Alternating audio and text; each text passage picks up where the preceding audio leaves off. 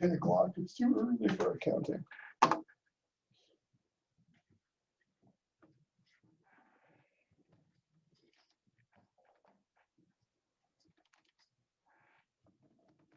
This is the funny kind of class.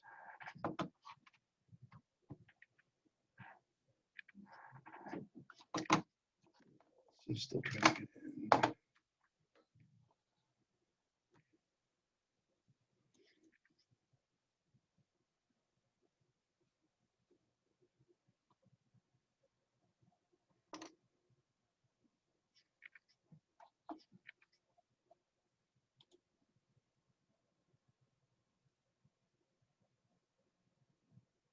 Recording in progress. Thank you, thank you, thank you. Back up, back up, back up.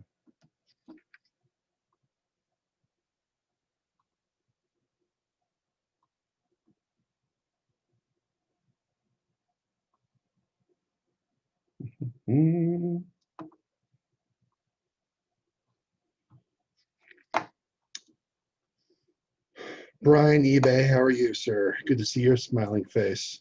There's a smile. What's going on, sir? I'm doing well, sir. How are you? Oh, you didn't have to dress up for class, but I appreciate the effort, man. Good on you. Let's see.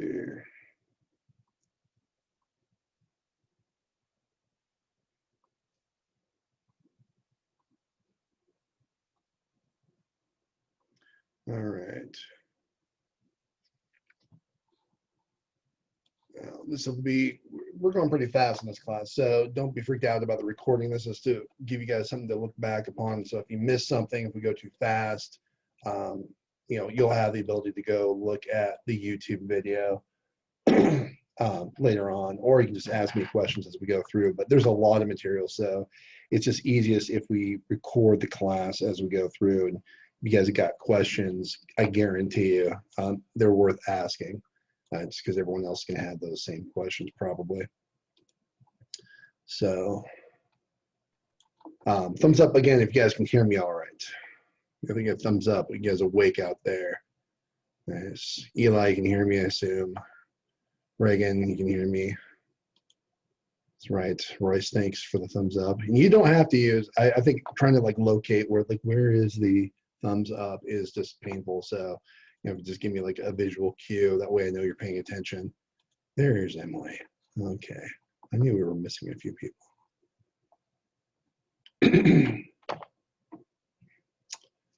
All right, Emily, I think you just joined in.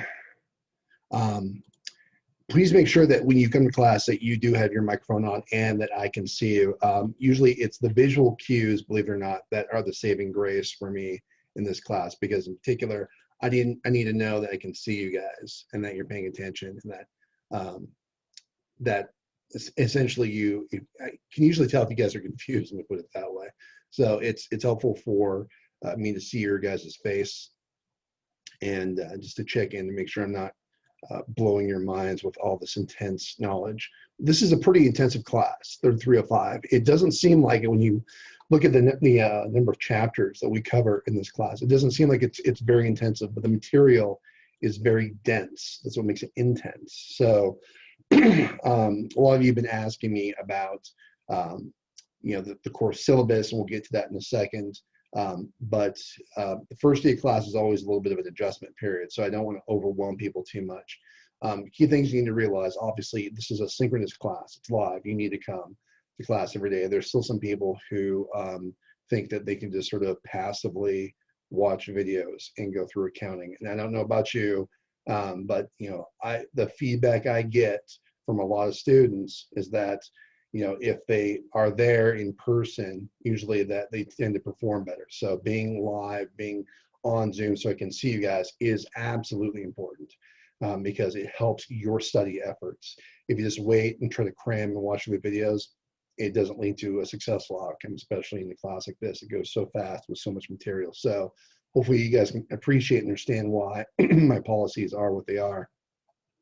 But realize that my goal here is to help you get through this, get a successful outcome from this course. So the course is designed so that if you follow along with my protocols, you should get a successful grade in the class. If you choose to deviate from the protocols, that's on you.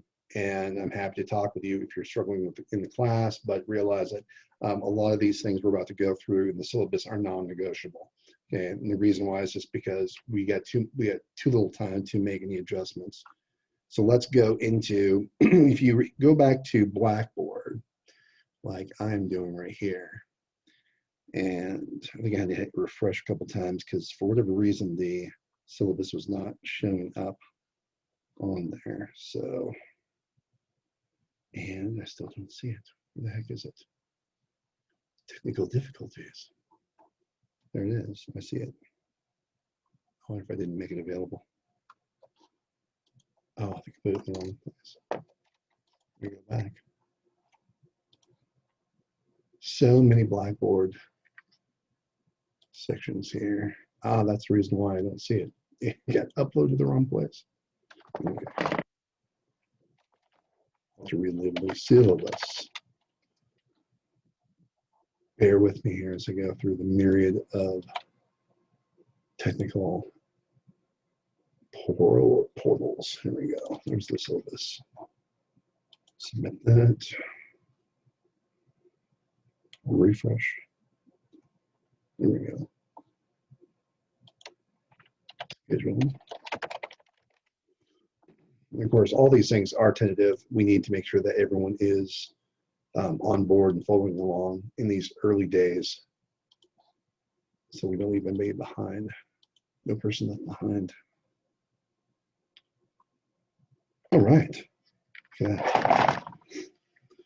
Okay. So, and you know, some of these, I need to double check on some of these policies here to make sure that they are in line with what the university is requiring for administrative necessities. But for the most part here, just want to make sure that we're going to be clear about how to contact me, how to get a hold of me. I am available for you guys over the next several weeks as often as possible. So here's my office. Now, you probably know this by now, the governor's come out and said no government buildings can mandate masks. Okay, so if you come into the building, there's no requirement to wear a mask. If you come up to my office, I'm not going to require you to wear a mask. I do insist that you come see me in my office if you want to meet with me. I know we talked about Calendly and using appointments and things like that. We'll talk a little bit more about that. I don't think, for right now, I think that we'll go through and talk a little bit about office hours in a minute here, but when it comes to meeting with me live, okay, in person, you don't have to wear a mask. If you do wear a mask, I'm happy to put one on if you feel safe that way. But we are meeting remotely. And so I think that given people different schedule, I think that being able to meet with me remotely, I make that available to you through my office hours. I'll post that link on Blackboard here in a little bit. So you can just jump on that. We'll talk more about my schedule and the office hours here in a little bit. But here's how you get a hold of me. And best way to reach me is by my email. So Brett with 1 T, Scott with 2 T's at TTU.edu. There is a Brett Mistro.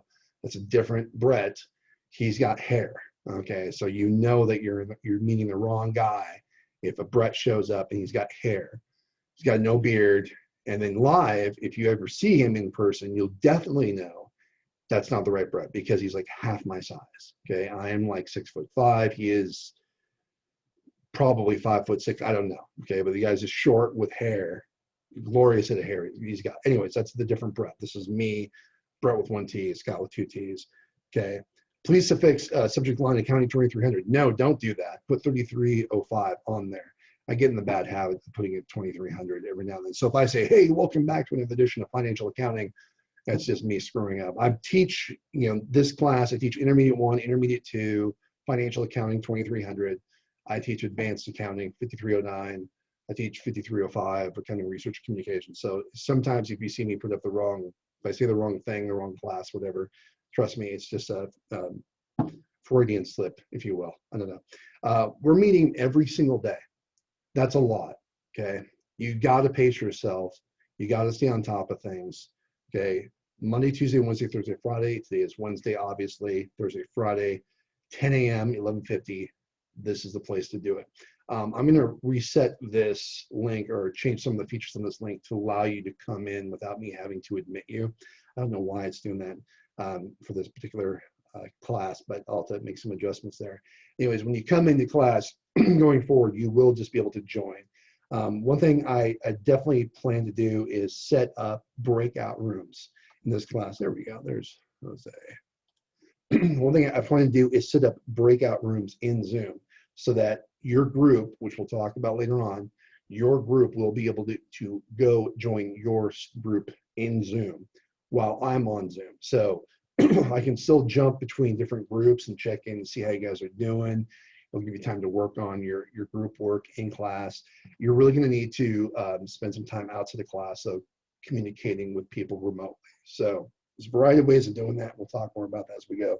But the best way to get a hold of me is not so much my phone number, but definitely my email, because I'm on there on a pretty regular basis. So if you do email me, please be patient on me getting back to you.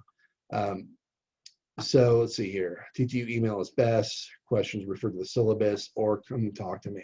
Okay. One thing to realize is that if I do communicate something to you, right? Sometimes over email people misconstrue or misunderstand or misinterpret things. The best way, if you're confused about a policy or material, is to come see me on Zoom. And I'm very flexible. I can pull it up on my phone. I can pull it from up on my phone from my house on the weekends. It doesn't really matter. Okay, but try if I ask you to say, hey, jump in on Zoom and meet with me to go over something. It's not because I'm trying to cause you to put on makeup or comb your hair if you've got hair or whatever. It's because talking about it is sometimes easier to make sure we're not misunderstanding each other. So email is the best way to get a hold of me, but I'm not opposed to meeting with you via Zoom. Office hours, I believe that link is still working. Generally speaking, when it comes to summertime, I don't really take weekends off. So, and that's probably just because I don't have much of a life. So if we do need to meet with each other over Zoom over the weekend, I'm comfortable doing that. Okay, I want you guys to be successful, but realize you need to be on top of things.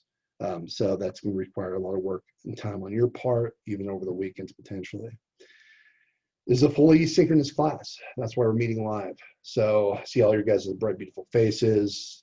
No need to smile or put on a front for me, but please be appropriate when we meet online, just as if we're meeting in a class. It needs to be done this way.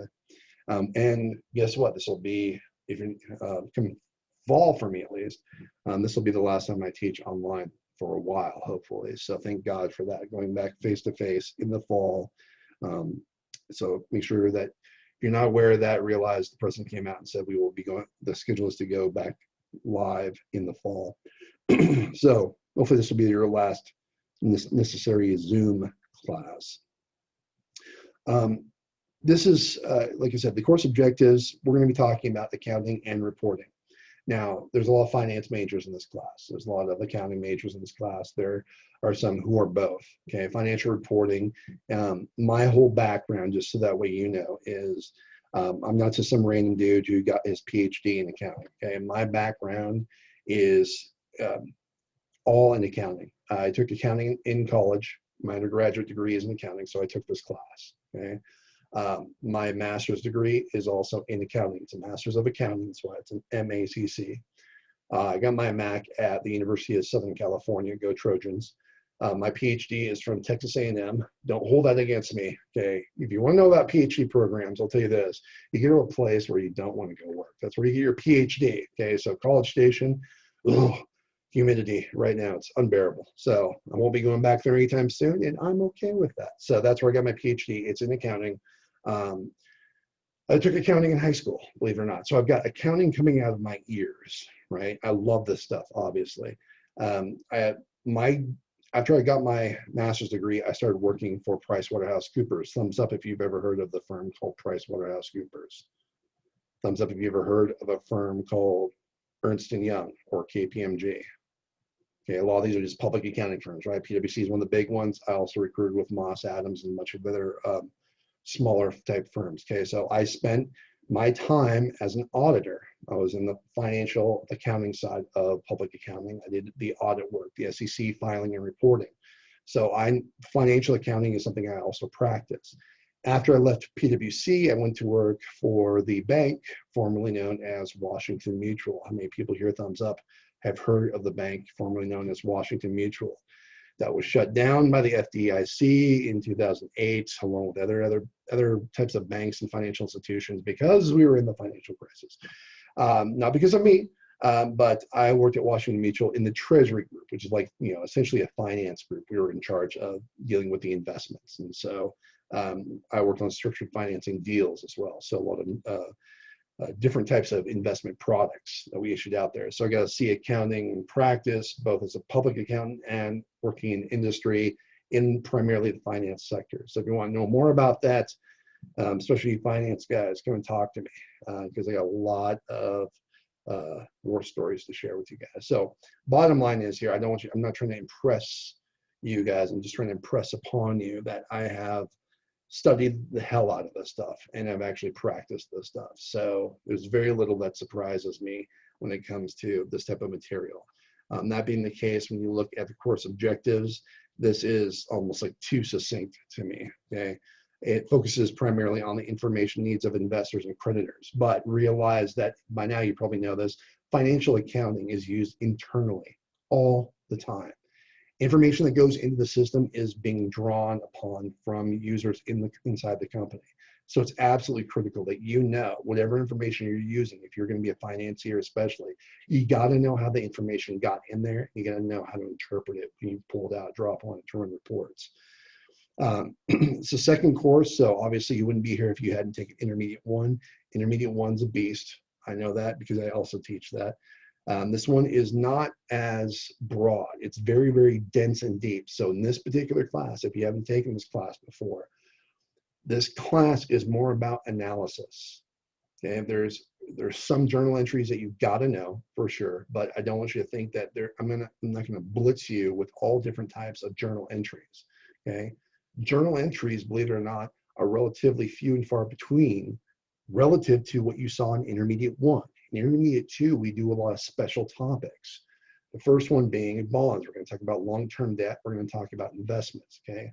A lot of that relies on your knowledge and ability to demonstrate your knowledge about time value of money concepts. When we get into pension accounting and lease accounting, these topics will come up again. So not so much about journal entries, but a lot more about processes. So that's why it's important that as we go through this class, you're taking good notes. My notes tend to be very detailed, somewhat repetitive, but that's a key aspect, is to show you comparisons as we're going through this stuff. I don't want to just throw you a bunch of random PowerPoint slides and say, there you go. Okay, it's important that as we go through this, you develop a schema in your mind on where to place all this, because it's a lot of information. So sometimes the notes are very long, like in the case of learning objective 14.1. I have to draw upon some chapter 6 stuff in there because I'm not requiring that I test you on chapter 6. I'm requiring that you know some material from chapter 6 though.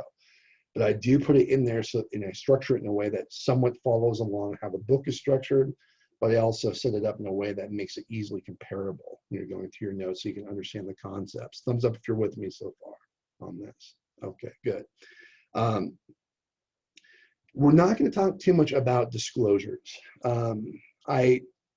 That's one thing I can say we'd probably have to sacrifice. We'll talk about presentation and maybe a little bit about how information is presented, not on the face of the financial statements, but in the notes. We'll go through some examples. We'll pull down some SEC documentation. How many people here have ever used the Edgar search database on the SEC's website? Thumbs up if you ever used that. Okay, Tyler, you have. Tyler, did you do that for a class or was that just for, what was that for? I'm just kind of curious. I did it a couple of years ago for, I think, some sort of class. We had to research a company or something. I don't remember the details of it, but I had to write a paper over it. So, but it wasn't like something you had to do regularly throughout the term, right? No, it was just touched on. Okay. Yeah, I think that's, well, I'll show you some things, guys, because I think it's important that, when you go out there, the world outside is very unforgiving right now. And yeah, there's a surplus in jobs, but people are also very hesitant to hire people who haven't at least done some practical application of what they learned in class. So I like to bring in some stuff in the class that not necessarily I'll test you on, but it's important that you can it'll help put the things I test you on in perspective, so you can sort of see how this stuff is actually done out there. One thing that's useful is being able to go to the SEC's website, find a company that you're interested in, and be able to search their financial statements. Okay, and we'll go, if we have some time, we'll do that. Okay, so you can see how this stuff works. Footnote disclosures are part of an important aspect of what I did as an auditor. Okay, balance sheet, the income statement, statement of cash flow, statement of stockholders' equity, all those things had numbers that had to be checked, audited. Okay, but a lot of that information is put into context in the footnotes. So we also, as auditors, had to go through and read the pages and pages of footnotes that talked about the numbers on the balance sheet. So we should look at that and consider those in conjunction with other numbers we see on the financial statements. But generally speaking, footnote disclosures are things that I don't emphasize too much in this class. They're just an augmented piece of financial accounting. What sort of topics are we going to go through? So I think I sent an email to everybody that explained what those were. Chapters 14 and 17 will hit those first. Okay. It seems like we're going to going out of order, but there's a method behind my madness. You just got to trust me on this. Okay. 14 and 17 will hit first. Okay. Generally speaking, the debt side and the investment side, they kind of have a lot of overlap, right? But we will also talk about things that are more broad to the financial statements. We'll talk about the statement of cash flows itself as a statement in one chapter. Other topics we'll be discussing will be related to specific items you'll see on the balance sheet, income statement, statement of stockholders' equity. Okay, so again, these topics, what you'll notice here is these topics are, so I'm trying to join, they left. These topics will seem sort of random. Most of them are related to the balance sheet, debt, equity, pensions, et cetera, et cetera. But we have one chapter which is talking about an entire financial statement, statements, cash flows. How many people remember studying the statement of cash flows in their accounting 2300 class? Does anybody remember any of that stuff? Sort of. Was it a nightmare? It probably was, because it's like the last topic and nobody wanted to like learn at that point. You're just so saturated, right? Okay, so this stuff will seem kind of random. That's why I break it out into chunks. Okay. Different types of topics here we'll address as we go through. But really, I think we need to be able to focus on, oh great, a random page. We need to focus on the order of how we're going to go through things, modules or parts here. 14, 17, then an exam. 15, 16, exam. 20, 21, exam. 22, 23, exam. I break it out this way because these topics are very random. On the front page of Blackboard, you'll be able to download this sheet. And this is our schedule here at the bottom. Roughly speaking, we're going to start off here, intro syllabus, chapter 14, 17, do a review, then an exam. So we're going to go ka-chunk, ka-chunk, ka-chunk, ka-chunk. That's the tentative schedule, okay? That's on there. Now, it really sort of depends on how well you guys are doing in the class, how quickly we're going through the notes, your questions, et cetera, whether or not we'll be able to meet these deadlines. If we have to move anything around, generally we will push things off into the future. I don't like bringing due dates forward. I hate that, okay? If we need to drop a chapter or some sort of portion of a chapter, just be flexible as we go. We're going through this stuff pretty fast. And I know that a lot of you guys have other things going on as well. So that's roughly what the schedule is looking like. Compare that to whatever obligations you got going on. This class you have to show up to. The exams themselves, I prefer just to dedicate class time to doing the exams. So that means generally that exam times will be roughly an hour and 50 minutes available. My exams don't necessarily require you to use up the entire 1 hour and 50 minutes. Most people get it done within an hour and 15, hour, 20 minutes. For these exams, that's a long time. But sitting around for 2 hours taking an exam is a pain in the butt, literally a pain in the butt. So just be aware that class time, there will be one day dedicated to class time, one day dedicated before that for review and catch up, okay? Homework assignments are more like group work assignments. I'm going to set you guys into groups. I will communicate which group you're in. Homework assignments will be posted on Blackboard. Now, here's the thing. As I go through and I post things on Blackboard, you'll be able to, Andrew's still trying to join, heck.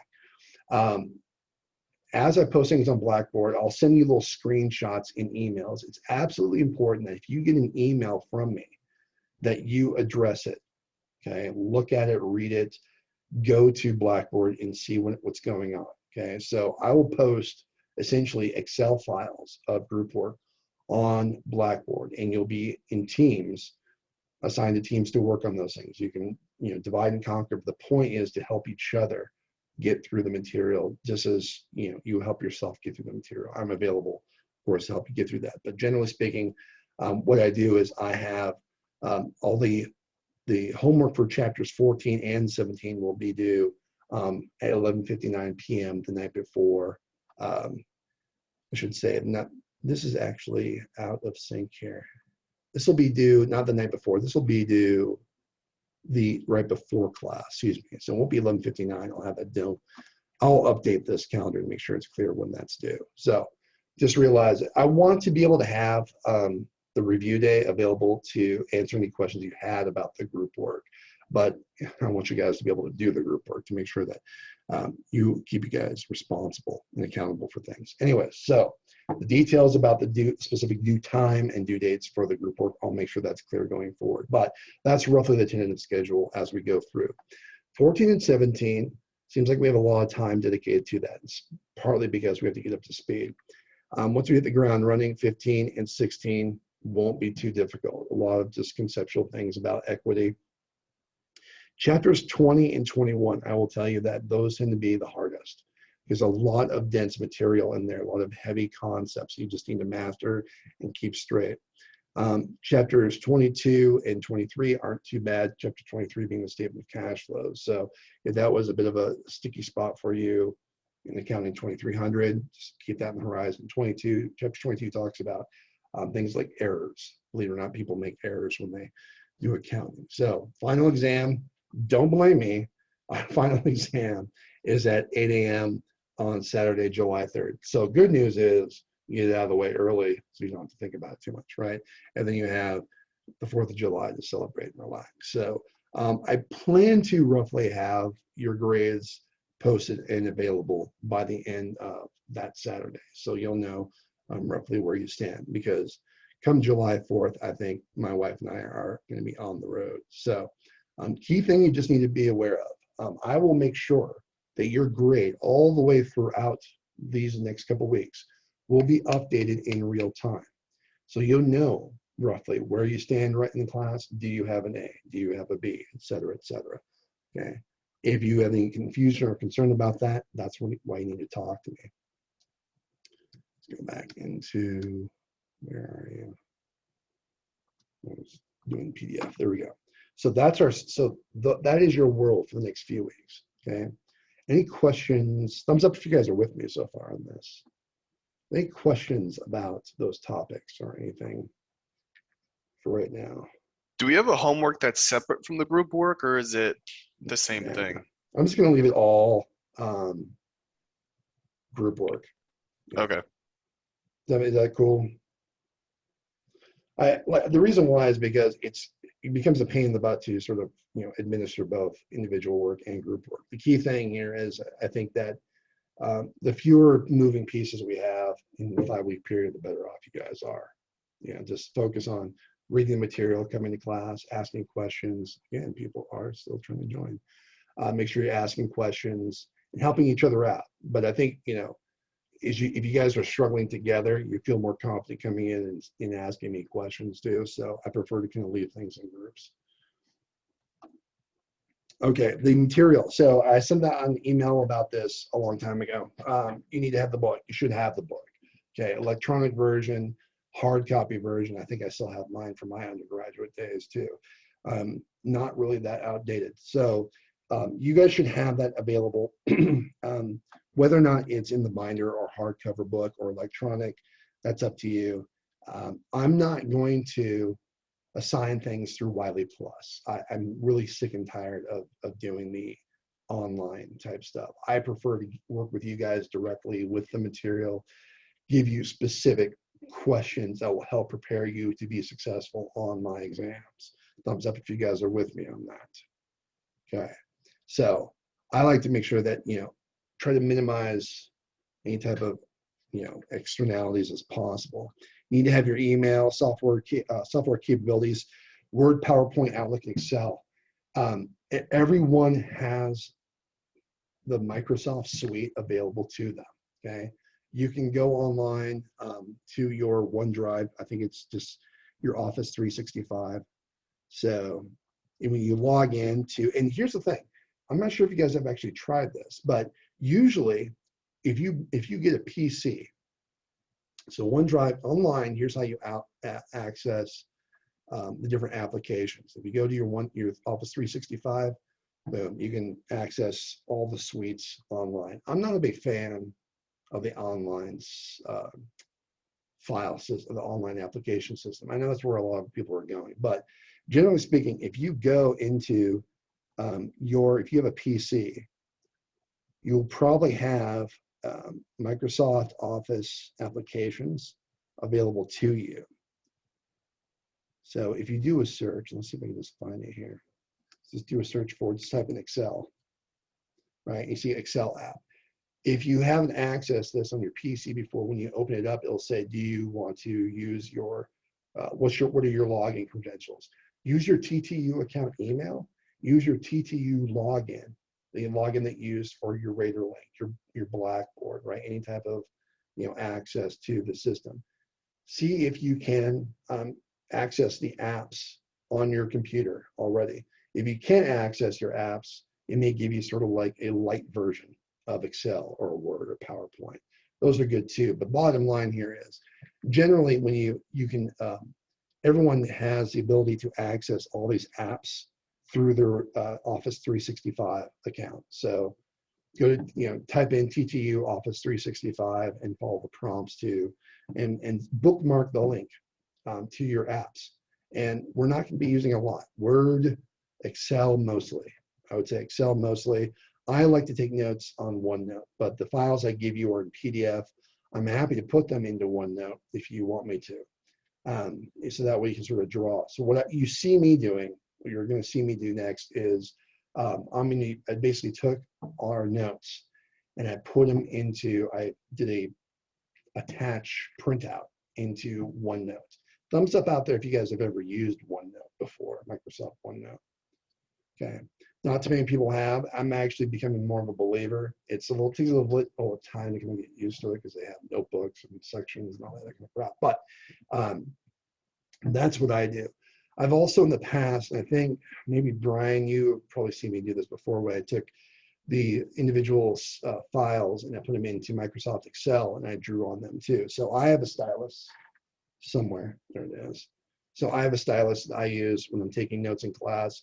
So as I'm going through and I'm taking notes, underlining things, filling things out, you should be taking notes too. The idea here is to have your screen in front of you, see what's going on, and take notes, okay? If you're trying to type notes in while looking at the video, it's a bit awkward. It's a bit difficult to do that because I think, Zoom tends to have a not very user-friendly screen sometimes. So bottom line is have things printed out so you can write things down. If you can't print things out, have a scratch piece of paper, keep track of where we are in the notes and write out, my chicken scratches off to the side. So that way you have something you can go back and refer to. Riveting stuff, I know, but I'm really all about the tools. The more tools I can get you guys exposed to, the better. And I got rid of my thing. Awesome. Back up.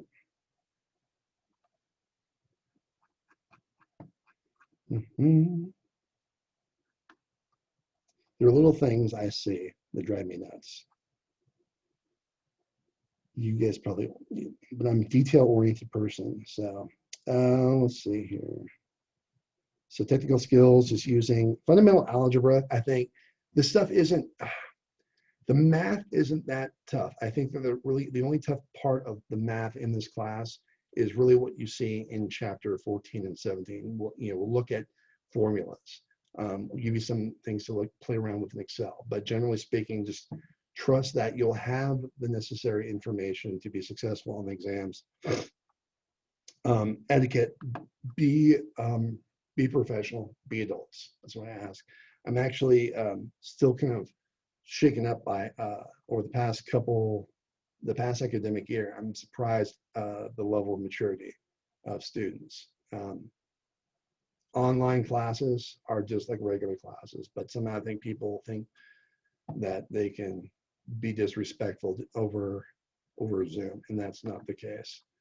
So be aware that I will hold you accountable for any unprofessional or irresponsible behavior. I hate to do that because I'm not your parent, but at the end of the day, I think that it's just a reminder that even when you're working remotely, you need to engage with people in a professional capacity. You're going to be working in groups, and you'll be able to evaluate each other. So if you don't treat each other with respect, even over Zoom, okay, I'm going to know about it, and it will cost you. Okay, so realize it's better to learn that now here than when you start working and you make a mistake, because people are not forgiving. I'm a lot more forgiving than the people outside these walls. So act professionally. See here, email communications, please address me. I like Janet's, Dr. Houston's gives me some good examples here. Here's an appropriate email. Dr. Houston, I had somebody who addressed me as Dr. Brett. Let's be clear, my first name is Brett. My last name is Scott, okay? Don't address me as Dr. Brett. I'm not your dentist, okay? I can't stand it when people say, hey, I'm Dr. Bob. I'm like, I don't like that, okay? I don't insist that you call me Dr. Scott. If you call me Mr. Scott or Professor Scott, I'm not gonna like harp on you one way or the other. I just ask that you be respectful when you address me. This is my favorite one right here. Keep getting 540, but solution different. Why am I wrong? Okay. Why is it important to, does anybody want to guess why we hold your feet to the fire when it comes to email etiquette? Does anyone want to take a crack at that and guess why that's important? Brian, why do I ask that people be professional in their emails?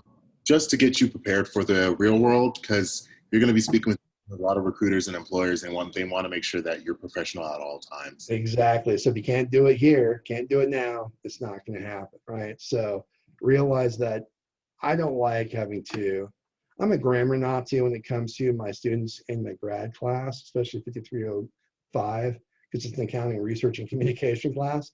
And people know that. I look at it and I could say, you have a misplaced modifier there, right? Or have you ever heard of a coordinating conjunction? My God, periods, people, periods amazes me. People don't use periods anymore. It's that one right below. Use it.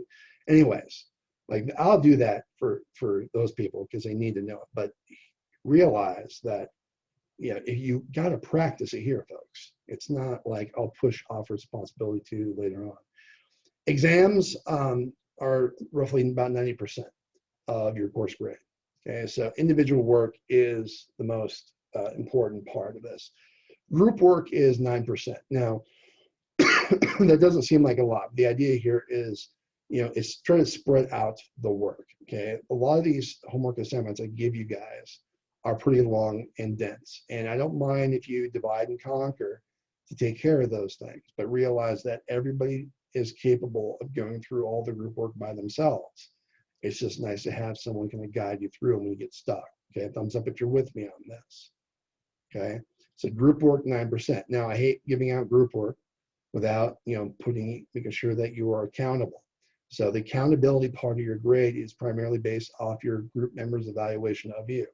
So generally speaking, people don't have a problem in their groups until they let me know something. Okay, so I may ask for a preliminary evaluation sometime in the middle of the term just to see how you're getting along with your group. Now, you don't have to like each other. Okay, God knows I don't like all my coworkers, but that's beside the point, right? You need to be able to work professionally, act professionally, hold people accountable to deadlines, things like that.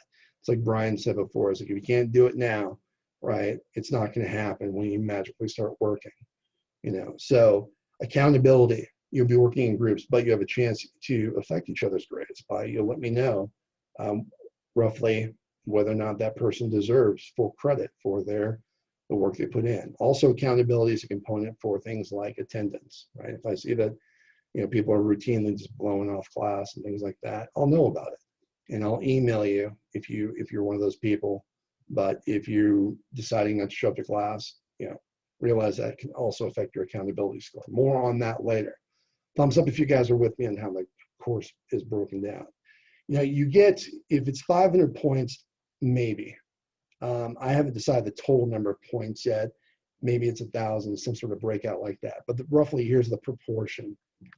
So whether or not it's 500 points or 5,000 points, I'll let you know about that. It's sort of hard to kind of break down the individual points. I think, like, you know, especially when you look at the homework, some of the homeworks are really long. It has a lot of input. Some of them are very short, but a lot of just, you know, show your work type stuff. The breakdown, if I'm using 500 points as the overall total course points, is simply you get 90%, 89.5% get you an A in the class. Thumbs up if you're with me on that. Okay. You get 79.5, that rounds up to a B, et cetera, et cetera. That I'll make sure that Blackboard has the algorithm set up to where you will constantly have an updated score based on your homework to date, your group work to date, and your exams to date. Okay. Accountability is 1% of your grade. I usually leave that to the last. Okay. It's oftentimes what people need to get them over a threshold.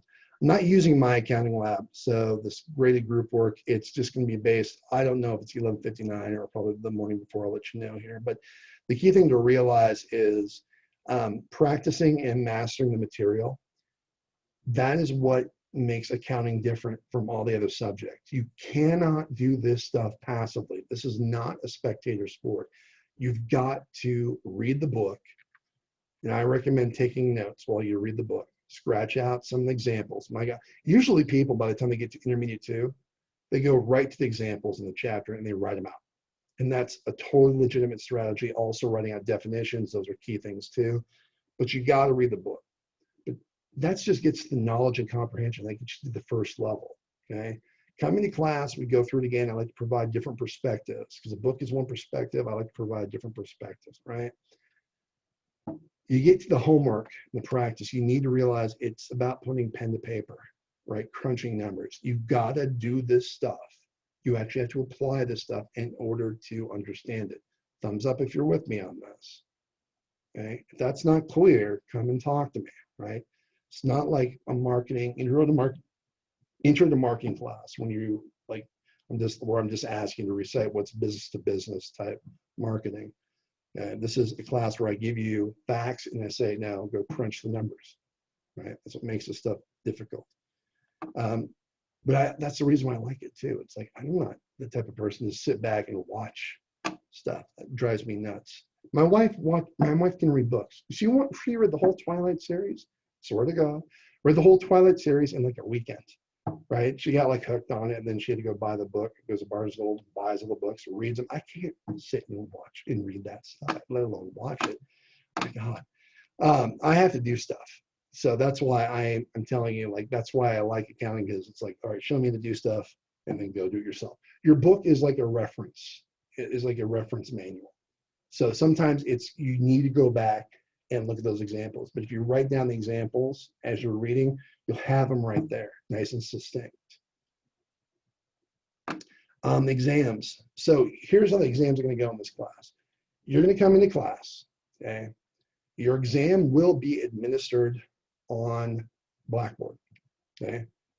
Now, when you go in, you will be doing what you're doing right now. I'm not going to use Proctorio. How many people in here, by show of hands, have actually had to take exams using Proctorio on Blackboard? Fucking hate Proctorios. Pardon my French or Spanish, wherever that came from. I don't like Proctorio. It's a pain in the butt. There's a lot of technical issues involved.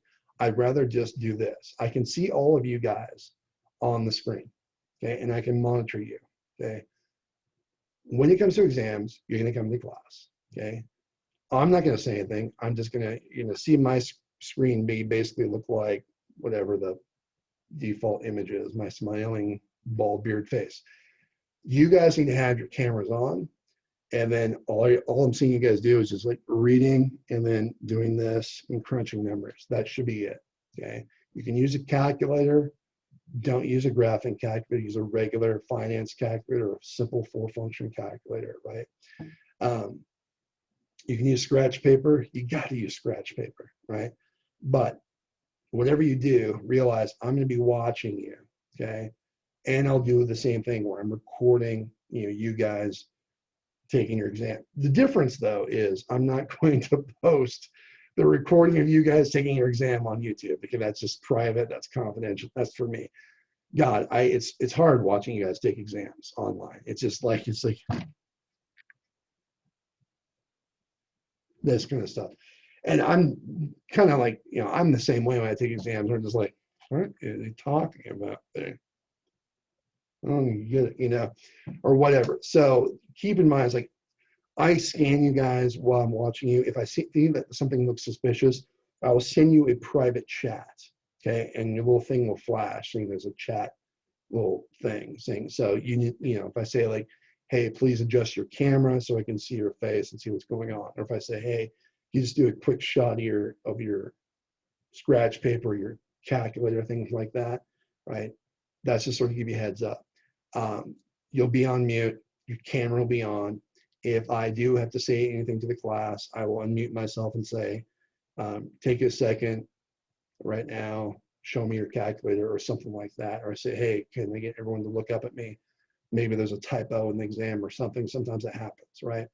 Key thing here is we're not going to use Proctorio, but you will have to have your camera available, okay? Thumbs up if you're with me on this. Don't want to do Proctorio. I will monitor you guys. If you've been doing the work, you won't have a problem on the exams, okay? But it's not going to be an open book type of situation. It'll be closed book, calculator, pencil, or pen, right? Scratch paper, however many pieces you need, but you need to show me they're blank, kind of a thing. More details on that as we go through, okay? So yeah, support services, et cetera, academic support, not 2,300. Members, some key things. Maybe this is just, okay. One thing to emphasize, okay, there's some tips in here about like what you need to, pay attention to, like some tips for success down towards the bottom. We'll get to that thing. Memorization is not enough in this class, okay? This is heavily analysis intensive. Financial accounting, yes, that's what we're doing, but this is mostly about financial analysis. Thumbs up if you're still with me on this, okay? So getting the knowledge in there is one thing. Practicing it, a whole nother thing. Be respectful. If you got any type of health issues, you know how to go through the process. If you need to work with student disability services, that's fine. They will email me, let me know that you visited them and you need an accommodation. Okay, if we need to talk about it, I'll let you know in private. It'll be confidential. This is a language, folks. A lot of you guys are just trying to get it out of the way. I don't blame you, right? But you have to understand that my policies are not up for negotiation. Okay, class is structured a certain way to help you be successful. So don't try to mix and match your own strategies with mine. Okay, do what I'm telling you. Read the book. So I actually still have it up on the board there. Read, attend, practice, consult. Those are the things you gotta do. Thumbs up if you're with me on that right there. Okay, that's the work. If you're not doing the work, or if you can't get the work done, don't be embarrassed to come talk to me about it. All right, I'm not going to make you feel, I'm not here to make you feel bad. Not here to make you feel good either. This is just, you know what you need to do. Okay, get it done. If you need my help, that's why I'm here. All right, thumbs up if you're with me so far on this. Isn't this fun? God, you're gonna love this fucking class, man. Intermediate accounting too. All right, here's one thing we need to make sure we're clear about. Around this time every single day, we're going to take a break. Thumbs up if you're with me on this. Okay, so take about 5-6 minutes. You go get some water, glass of wine, use the restroom, whatever. Do so. I'm going to do the same here. So come back in about 11:02, 11:03.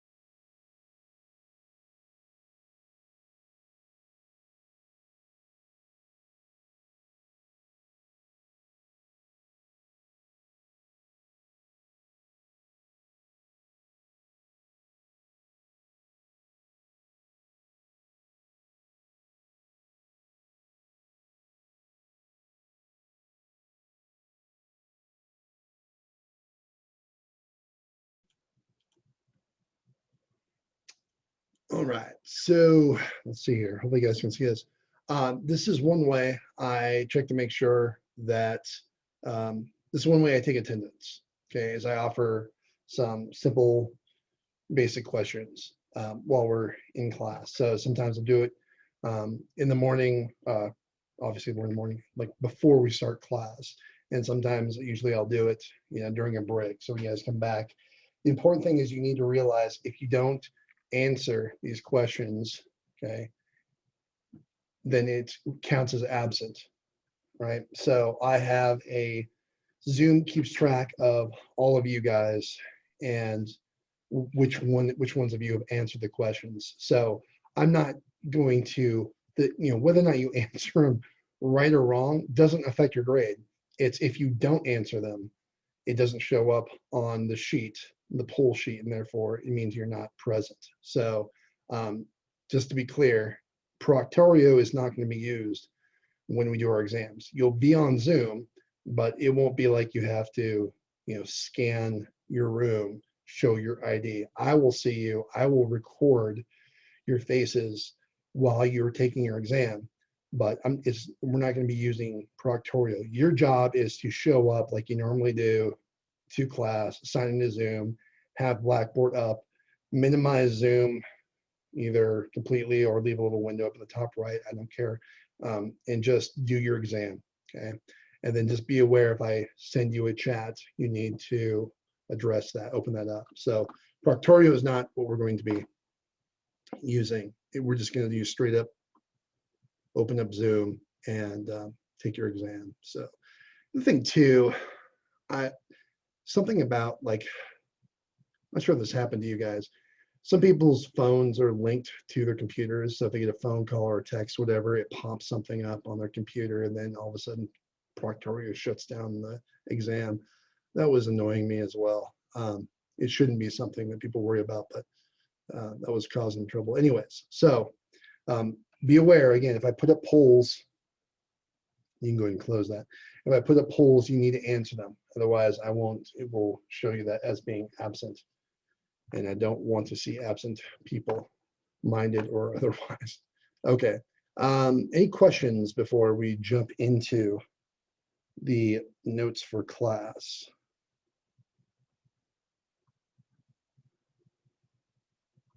When we get into, so here are my chapter notes. We'll go through these in detail. I will send you out emails that are meant to explain things in more detail. So when I put you into groups, you'll be notified, you and your group will be on the email. You'll be notified, here's your emails, here are your group members, here's their names. You can contact them outside of class any way you want. Here's a way of contacting them using our Zoom class link. So just be aware that email is going to be important. And especially when it comes to, once we get up to speed, once you kind of get the gist of how the homework works, you'll be fine. But email me on the moment a question comes up. I can't emphasize it enough. I know we talked about email etiquette and grammar Nazi issues and things like that. Okay, if you need something, you just need to email me. Okay, just do your best to be respectful. Okay. Chapter 14, there's a long series of notes, okay? And I just want to be clear that this is just looking at 14.1. There are 4 learning objectives in this chapter. The reason why this is so many pages is because of the following. One, I use pretty large font, so it gives you room to sort of write things in as we go. So sometimes you'll see things that look, sometimes you'll go through, you'll see like something seems blank, right? You need to fill that in your notes. Another thing is I like to write notes off to the side. You are recommended to fill those things in too. So scribbling notes out is important, but I leave a lot of space for you to write in your notes. Another thing to keep in mind too is that I include in these notes things that will seem repetitive. That's just so that we're not flipping back and forth through all of your notes trying to find the reference, okay? Typically what I do, especially for this type of a class, is I like to put up the different accounts that are used in each chapter. Number one frustration that people have with financial accounting is keeping track of all the different types of accounts that are used in the class. Thumbs up if you're with me on this. So I feel it's necessary to kind of say, okay, if we're going to go through a chapter, here are all the different accounts that we're going to use. Now, I'm also doing this with intermediate 1 now. And I can tell you that intermediate 1, the number of accounts for any chapter are really long. And that's a major source of frustration. So what you'll notice is when we're going through these chapters, there's not a lot of accounts that are used. And by the way, just keep this in mind too. We do see the long-term asset account buildings being used in one example in your book. That doesn't mean that the chapter is all about accounting for buildings. This class is primarily about bonds and bonds payable and interest expense, interest payable. Okay, so I put these in here just to make you realize that you may come across some of these as examples. Okay, definitely in the book, maybe to some extent in their class notes. I try to minimize the variety of examples. Your book, one thing I don't like about your book is they tend to jump through the different topics and they switch the facts of their example. I like to keep a set of facts the same and then go through the different concepts. So that way you can go back and refer to the details, the facts, and compare and contrast the differences. So one of the reasons why these notes are long is because I like to have you recall going back and looking at things for comparison purposes. So just kind of keep that in mind. I'm not trying to make you guys go broke on paper. If need be, I'll send you guys like a Amazon gift certificate for printer paper or something like that at the end of the class, just as a sympathy. I can't do anything about the ink, folks. I'm not going to go broke trying to, subsidize you guys on the freaking ink that is costing. I hate ink. It's so expensive. All right. This section is all about, this is 14.1. So what you'll see on my notes is, this is in a Word document. And so I organize my notes very closely in Word. If you want to see what those look like, I'm happy to show you what that document is, post that up on Blackboard. But essentially, these are headings. And my headings start off in black there with the learning objectives. So this is all learning objective 1. As we go into the different subsections, you'll see that I kind of retain what learning objective we're on, so you know where we're at. And then I say, this is part A of learning objective 1, and there's a part B and there's a part C.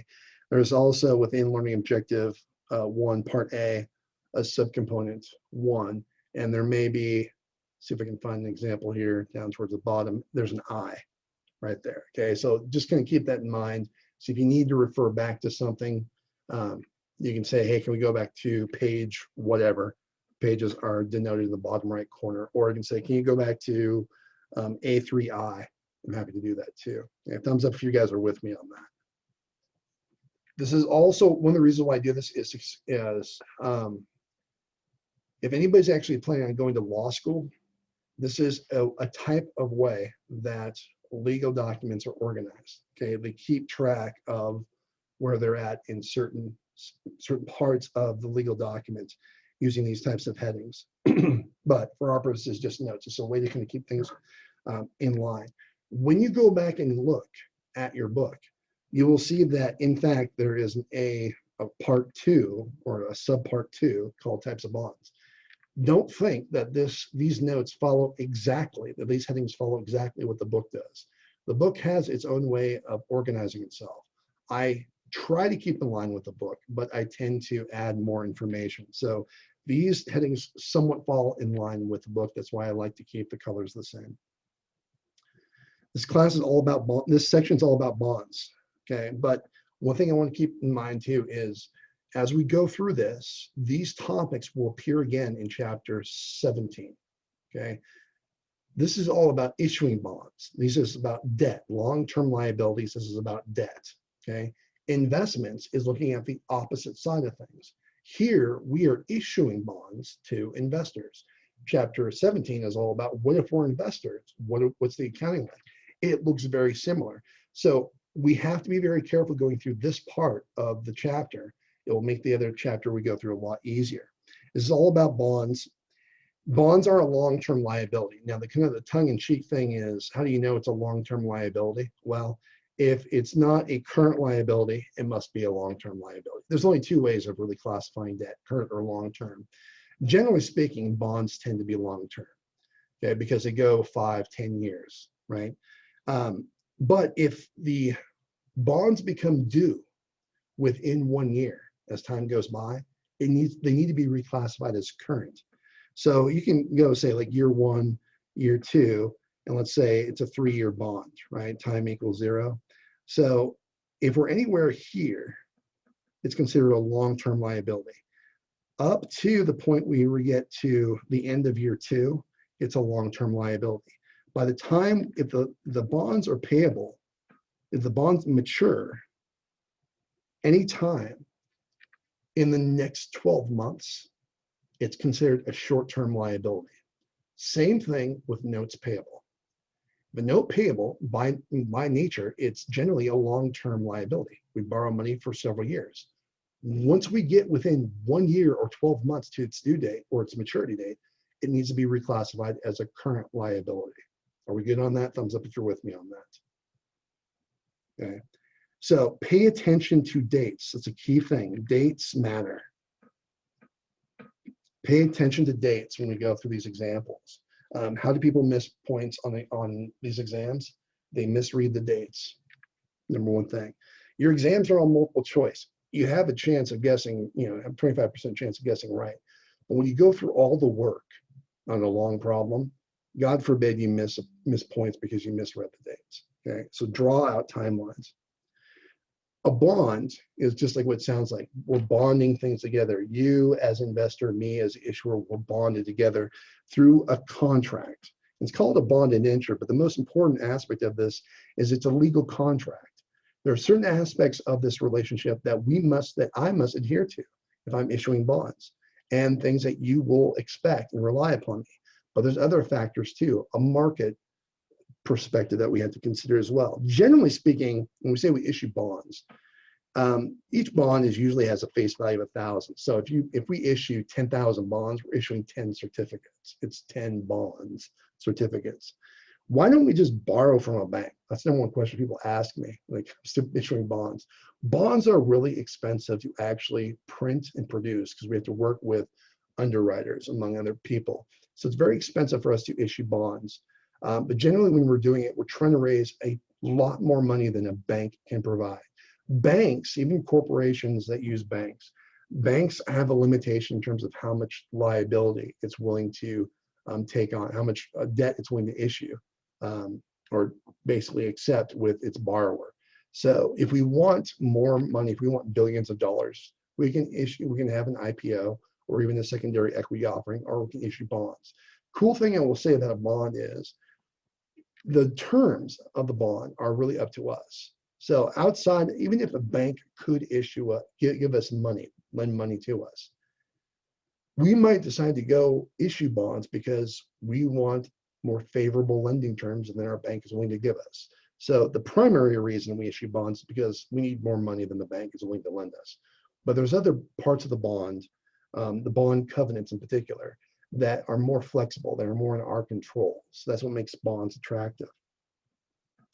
I'm not going to go through definitions in the notes. Okay, those are things that you can look up and read in your book. That's why you need the book. I will put up like a separate file for flashcards where you can fill in definitions and print things off and cut things out. I've set that up not in this set of notes, but I'll put that as a separate file and post that in the chapter folders. For this particular situation, though, just be aware of, like, if I put up terms as a group of terms, I'll just simply say, hey, just make sure you know these, in particular, be able to compare and contrast them. Okay, definitions, they're important, but primarily in this class, you also need to spend a significant amount of time on the process of how we account for them. So I'll put up flashcards so to help you kind of, some people ask for those things, flashcards, and I say, I'm happy to set those up for you. I like giving you guys flashcards, but more importantly, you need to fill in the definitions yourself. So I know that you're taking the time. When you write them down, you remember them so much easier. Studies show when you write things down, you remember them at least 10 times better than if you type them out, just typing them out alone. Valuation of bonds, this is where it gets kind of dense and where people tend to kind of scratch their head, think, huh, how's this working?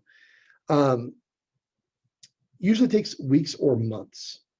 I would say usually in the magnitude of months. Planning stages can happen at least a year out before we actually issue bonds. But when I was at Washington Mutual, we did issue bonds and we issued other types of securities, and we had to work with not just legal representation, but we had to work with what are called underwriters. Goldman Sachs was our primary underwriter. They are the liaison between the issuer and the actual investor. And I think when we issued, was it our first issuance was 2.75 billion in a specific type of security. I think Goldman sent us an invoice. I'm not kidding you.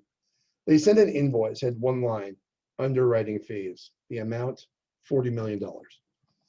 I gave it to Pete, who's a senior trading officer.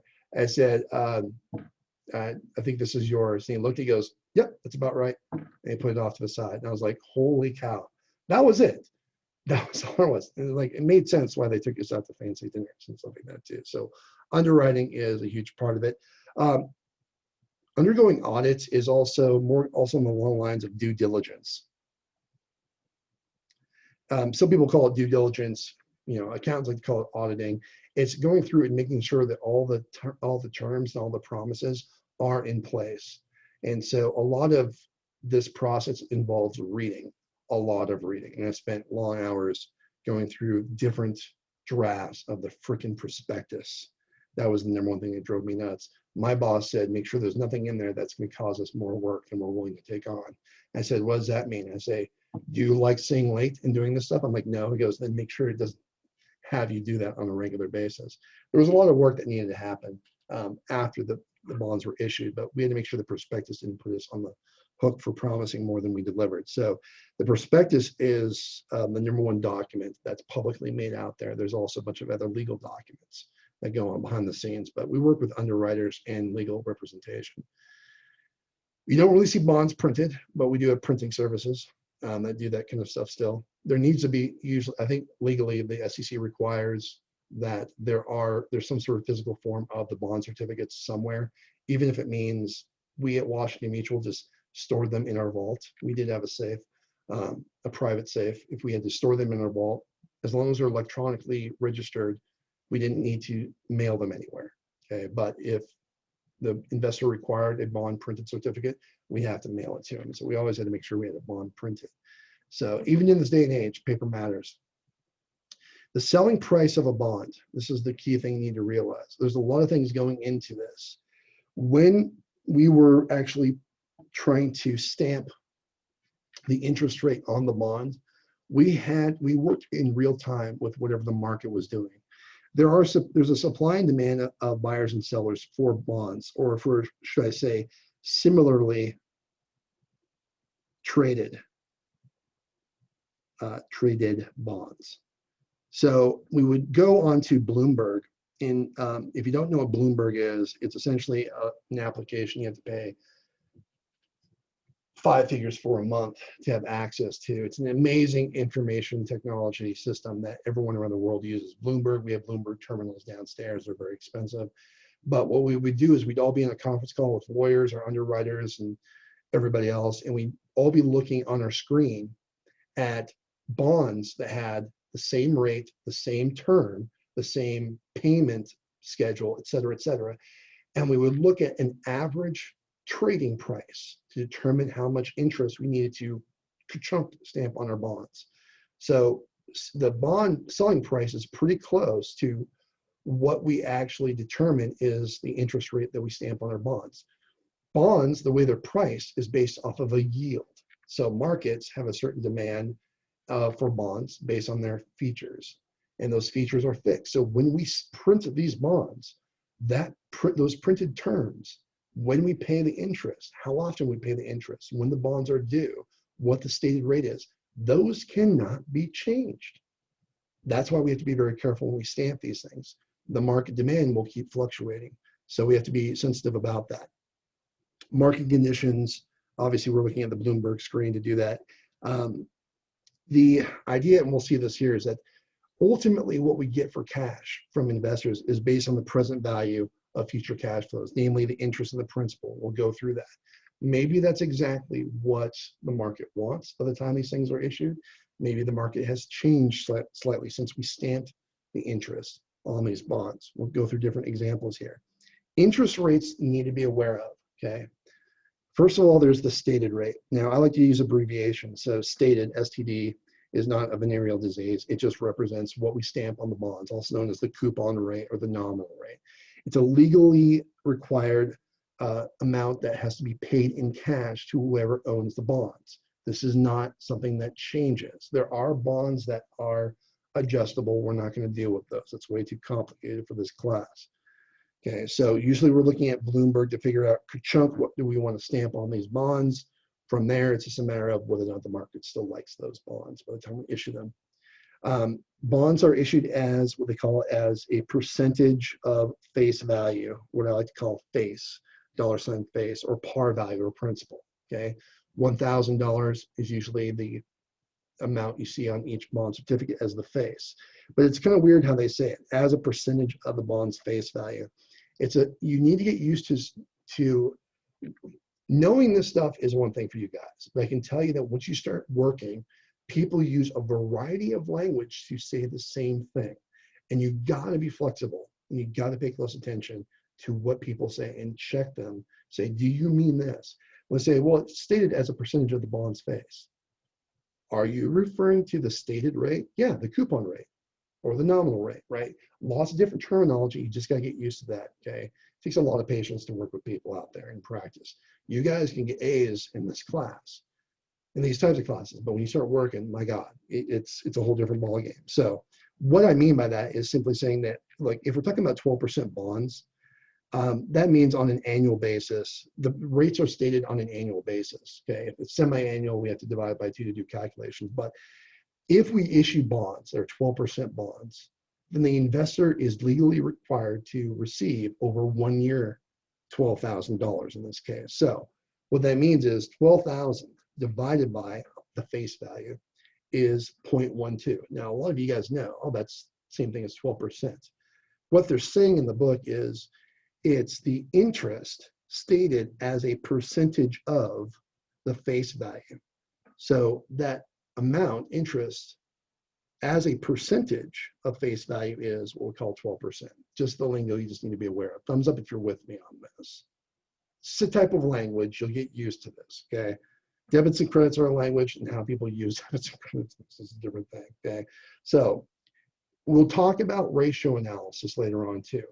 So if we're looking at debt to assets, right? A lot of people know debt to assets is the amount of total liabilities divided by total assets, okay? But another way of saying that particular ratio is, what is debt as a percentage of total assets, okay? This gets us a ratio of something like 0.45, right, as an example. But if we want to say, what is debt as a percentage of total assets, we would say, oh, it's 45%, okay? Not trying to confuse you, just saying that there's different ways of presenting things, and that's just how they're talking about in the book. So a lot of you guys aren't really used to that, but I just want to give you kind of like a perspective about that kind of stuff. You got to be quick out there too, by the way. When you start working, you got to pick things up very quickly.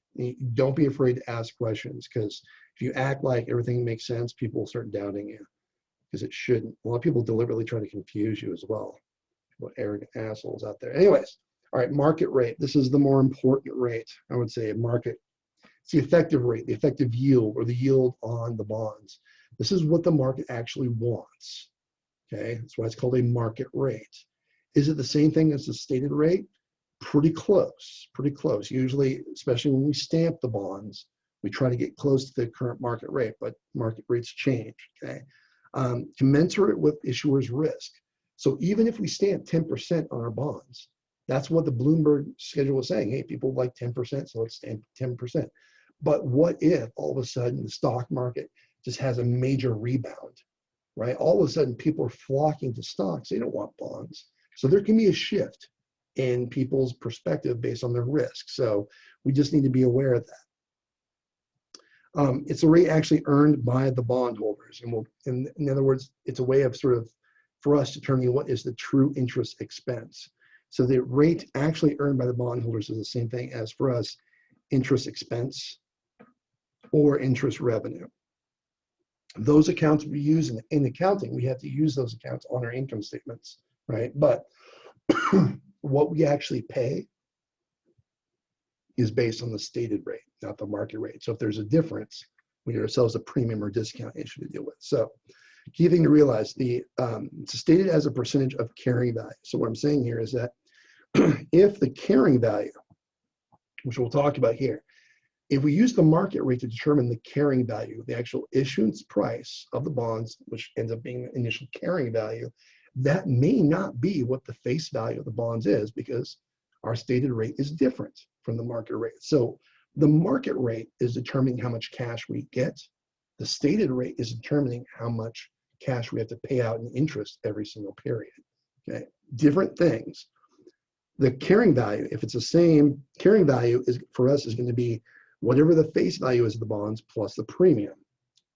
Okay, so we'll talk about situations when that can occur, but the carrying value is not necessarily equal to the face if the market differs from the stated rate. So just make a little note.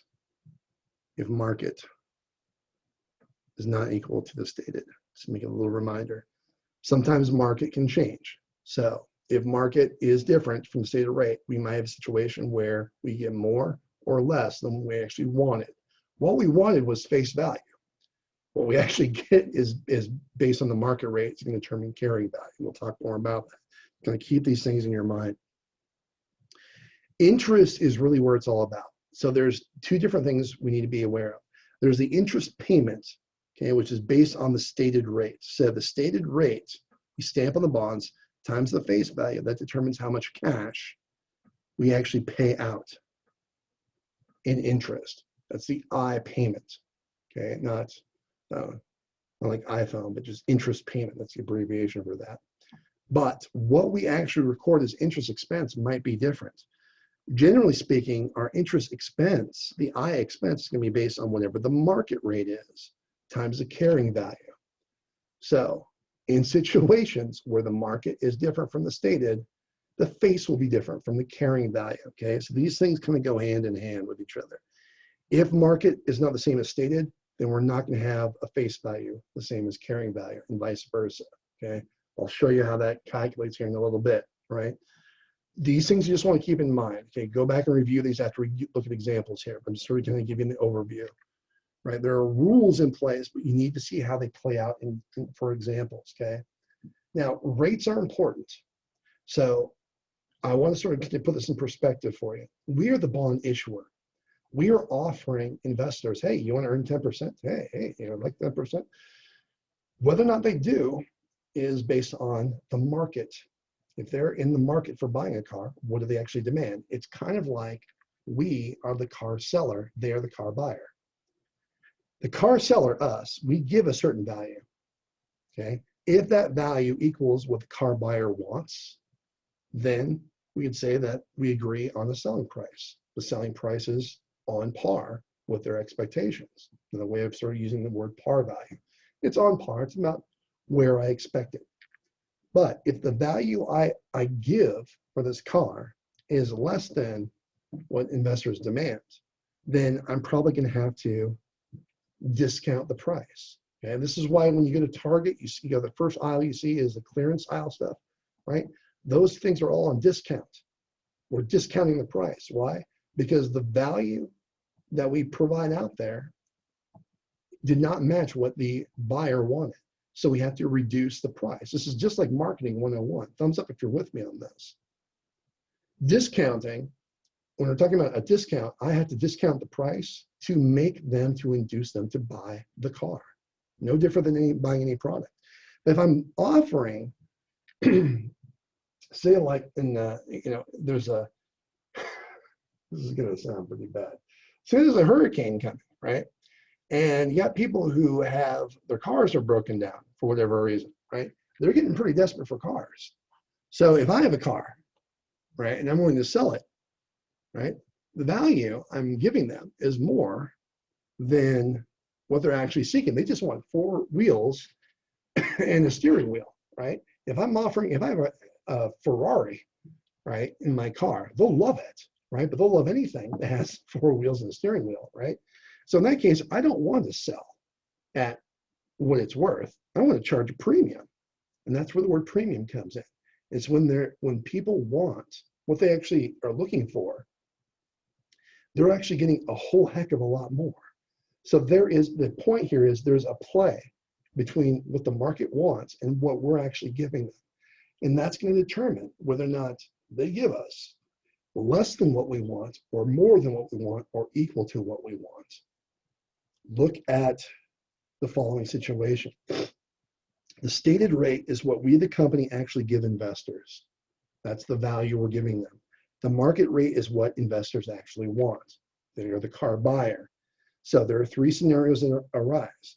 We offer investors exactly what they want. We offer investors less than what they want or more than what they want. Same thing we just saw up above.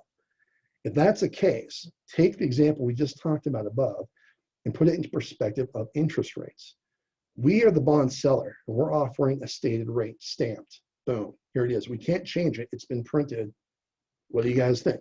So if that equals what the market actually wants, then we can say, hey, we're going to issue these bonds at exactly face value. We want $100,000 total, or 200,000, whatever.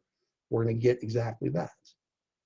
But if we stamp a stated rate that is less than what the market wants, and I'm talking about, see down below, I think it said, yeah, 8%. I'm offering 8%, but the market actually wants 10. Right? That's because stocks are doing really great. People say, hey, I'm offering 8%, guys. It's fixed. It's guaranteed. It's legally required. You're like, fuck your 10%. I'm going to go in the stock market, earn 15%, 20%, or whatever. Fine. How do I sell something that people don't want? I have to discount the price. That's where the word discount comes from. Thumbs up if you're with me on that. That's how you want to think about this. Market wants more than what we're giving them, so we got to sell these things at a discount. We got to reduce the price. I'm not going to get $100,000 on my bonds. I might get 97% of it or 94% or something less than that.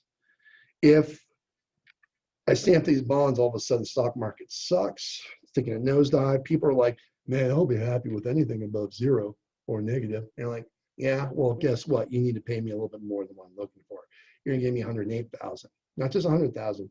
You're going to give me a little bit more because you only want 6%, but I'm legally required to pay you 8%. So help me make that interest payment. That's the idea behind a premium. We're going to let them give us some money extra up front. We're going to use the extra money to help make those interest payments. Thumbs up if you're with me on this so far. These are the concepts behind what we're doing. A lot of chapter 6 stuff in this, okay? But I don't want to require you to read chapter 6. I'm just going to bring in these concepts. Now, obviously, market is going to look at our bonds and say, yeah, thumbs up, thumbs down, thumbs sideways, right? It's going to be some sort of gladiator kind of, emperor sort of thing, right? Caesar says yes, Caesar says no. Bond prices are based on the present value of future cash flows.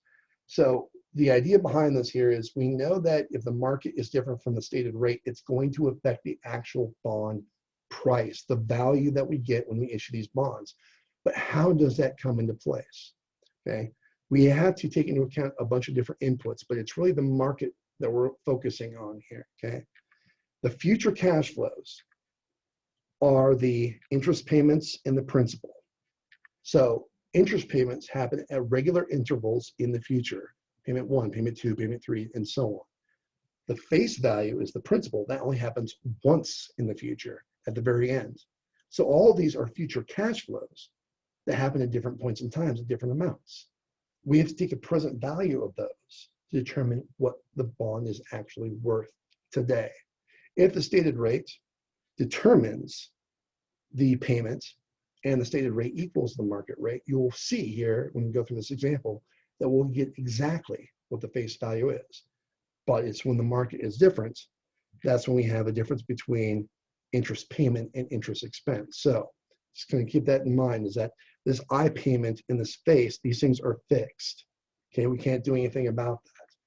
The market is going to determine the value for each one of those. So we're going to look at present value of interest payment, present value of face. Now, again, we don't have to read chapter 6. So what I'm going to do is I'm bringing in some concepts here you just need to be aware of, okay? Determine present value factors. If we know the amount, the I payment, we know I payment, as a reminder, equals the stated rate fixed on the bond times the face value, which is fixed in the bond. We know that, that's predictable, that will always be the case. How do investors actually value that? Do they actually like this? If they do, then they're going to give us exactly what we want for those. But mathematical formula, I will give you this on the exam, or I'll give you present value tables. Okay, you just got to know how to like pick the, plug and do the right math. Okay, thumbs up if you're with me on this. I'm not a big believer in memorizing formulas like this. Okay, you can Google this shit today. The problem is, can you actually do the math, right?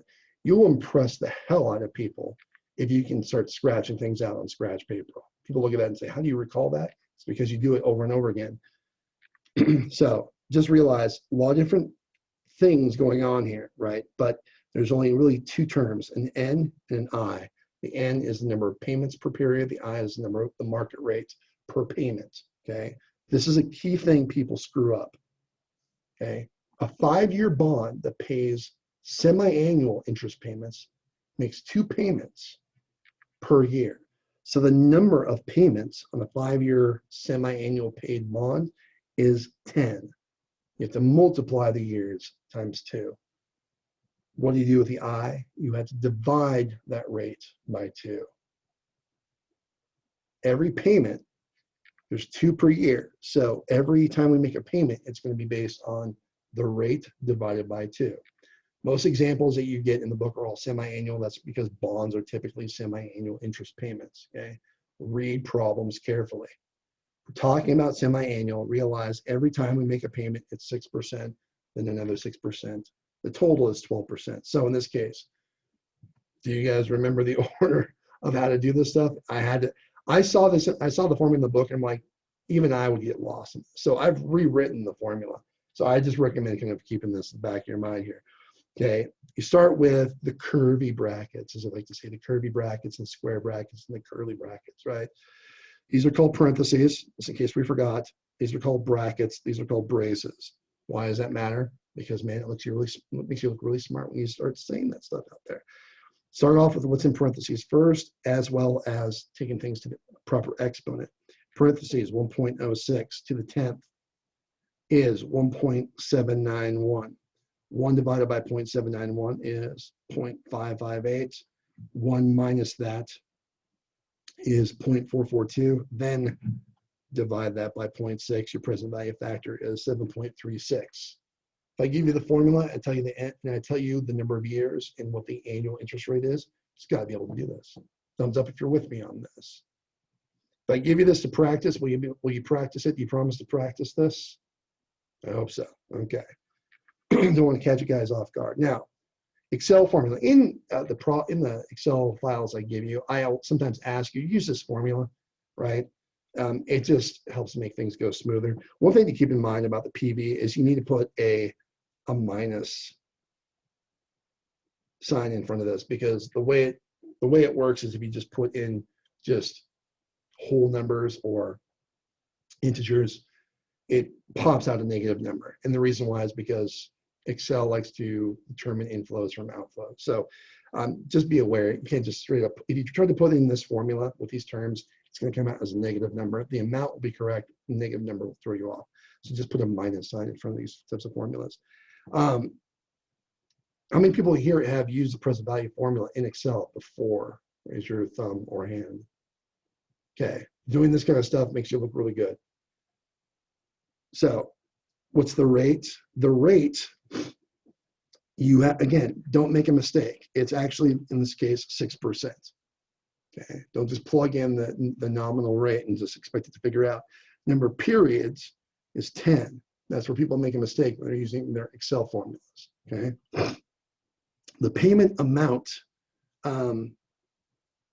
if you're just trying to figure out the present value of an ordinary annuity, we want to just put input 1.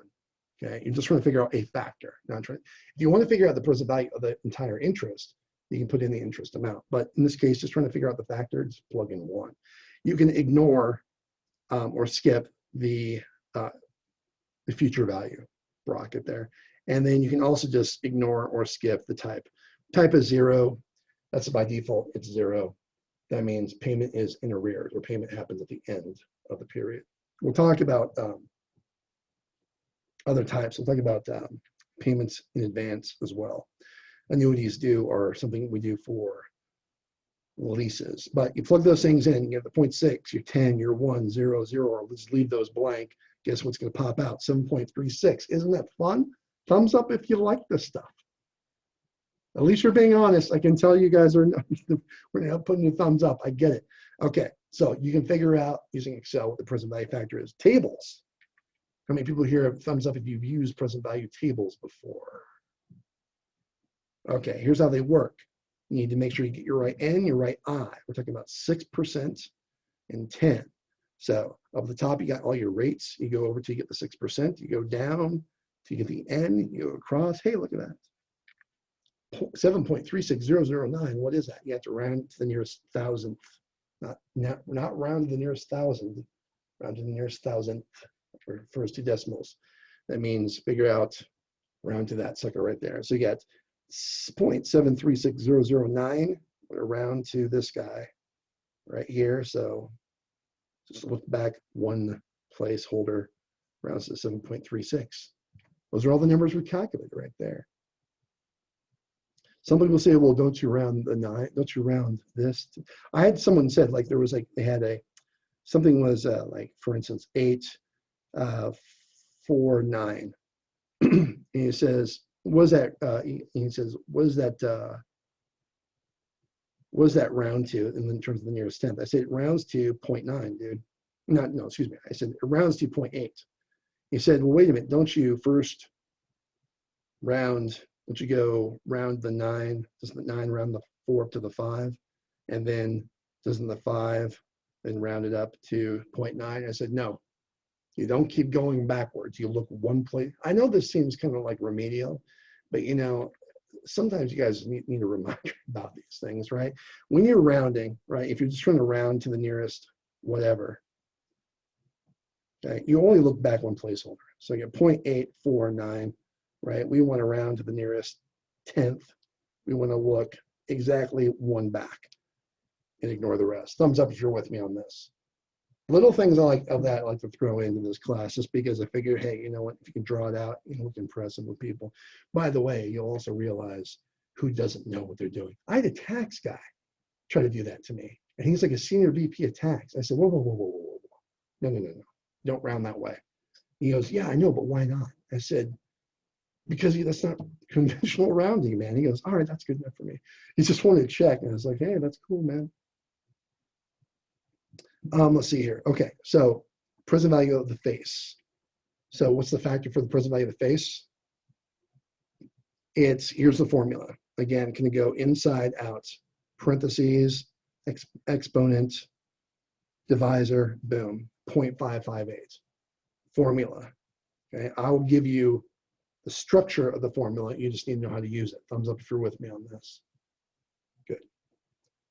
MS formula here. It's similar things, but go ahead and ignore or skip the payment portion. Just skip over that, plug in 0, and then definitely plug in the future value of 1. When you do that, you get 0.6, 10, blank or 0, 1, then 0, boom, get you 0.558. Pretty nice, right? We can plug in the actual face value if we want there to figure out the present value as we want to do that. But just trying to get the factor. That's the number one thing. I just want to show you there's different ways of doing the factor. Or you can go to the present value table, in which case, again, please don't make a mistake on the exam. The rate you're using depends on whether or not it's semi-annual or annual. If it's semi-annual, I'm talking about taking 12% divided by 2. If it's 5 years, we're talking about 5 years times 2, 10. Look at the present value table, 0.55839. We want to round it to the nearest thousandth. Gets us to 0.558. It's the same number, guys. Thumbs up if you're with me on this. Is this making sense, hopefully? Yeah? Bottom line is you can do this stuff, right? In the homework, I have you guys do it. Practice applying this stuff, these formulas. On the exam, I'll either give you the table or give you the formula. Just need to know what to do. Thumbs up if you're with me on that. Okay, I'm going to stop. So we're going to, I know this is like, we got some momentum going here, right? But I'm going to stop right here and we'll pick this up again tomorrow. And I'll start posting some other information up on Blackboard for you. Are there any questions? Feel free to log off. If you're going to go, feel free to log off. If you have any questions, I'll hand the floor over to you. Are there any questions out there? When do we find out our group members? Is that going to be sent through email or? Yeah, Brian, some people may have to drop this class, so I'm going to either do it today or tomorrow. I promise you, okay? Any other questions out there? I had one question, Dr. Scott. Is there a way we can find the course schedule? The schedule is the tentative schedule up on Blackboard there. Okay. Let me go back to the front page there. So the syllabus. If you go down, you see schedule right here. Okay. Awesome. Thank you. Yeah, and that's tentative. So just check back with that. Any other questions out there? Is there any way you could post the annuity tables on Blackboard so I can print them out? The present value tables. Yeah. You can just Google those. They're all the same. Okay. Yeah, that's probably better, I think. If you prefer me to post them up there, I can, but all present value tables will give you the same numbers. And that is a good question, by the way. People think like, well, which present value tables are the appropriate ones? It's like they will all give you the same. The present value of a single sum is going to be the same regardless of where you get it. Same thing with a present value of annuity. All those numbers you see on that schedule will be the same regardless of where you get that table. If they are not, it means the person doesn't know what they're doing. Any other questions out there? Yeah, I have one question. You said you were going to update the calendar schedule. When will the updated version be up by? Well, right now, the current version that's there is the updated version. Oh, okay. Yeah, so if I do update it, I will let you know. Typically what I do, in this case, we have a little snafu. Usually right next to the syllabus and the schedule, I'll put a date. There'll be like the as of date, so you'll know how current that is. But I'll also email you to let you know about that. Cool. Cool. Any other questions out there? What happens if we are to miss a class? I don't know about other people, but I do work full time, so it's kind of hard to do live classes and be effective at work. Okay. Well, Andrew, we should probably talk in private about that because missing a class is not an option. Okay, gotcha. But I will post the videos. Okay, gotcha. Any other questions out there?